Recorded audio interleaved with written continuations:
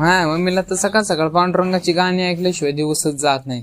नमस्कार मंडळी, मी आपला वैभव. सकाळी झोपलो होतो, मला अचानक गाण्याचा आवाज यायला लागला. उठून बघतोय तर आपल्या मम्मीचा स्वयंपाक चालू होता, पण स्वयंपाकाबरोबर विठ्ठलाची गाणी पण चालू होती. आपलं सगळं उरकून दुकानावर निघालच होतो, तेवढ्यात रस्त्यात आपल्याला आपला आदेश भेटला. तो ना गुरांची वैरण काढी करत होता. मला दुकानावर सोडून आपला दादा ना माघारी फिरला. माझी साफसफाई चालूच होती, तेवढ्यात आपल्या समोर आपला चिकूबाई आला. त्याला वाटलं मी त्याचा फोटोच काढतोय, पण त्याला मी डायरेक्ट व्लॉग मध्ये वाढला. तुम्हाला तर माहितीये, सकाळ सकाळ कस्टमर असल्यामुळे आपल्याला व्हिडिओ काढायला वेळच भेटत नाही.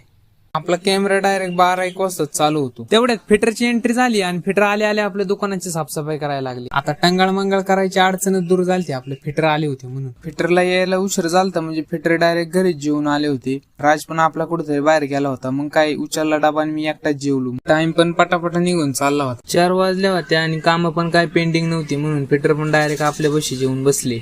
दिवसभर बंद असणारा हॉटेल नशिबाने उघडलं. मग काय फिटरला आणि राजला घेतलं आणि चालू चहा प्यायला. मस्तपैकी चहा बी प्याला आणि माघारी आलो. माघारी आले काही कोणालाच कस्टमर नव्हतं, सगळी निवांत होतो. असं तसं आपली दुकान बंद करायची वेळ झाली होती, त्यामुळे हिशोब केला आणि आपण दुकान बंद करून टाकलं. तर आजचा आपला हा मिनी व्लॉग तुम्हाला थोडा जरी आवडला असेल तर लाईक, कमेंट आणि शेअर करा. फॉलो करायला विसरू नका, कारण की आपले मिनी व्लॉग असेच तुमच्यापर्यंत पोहोचत राहतील.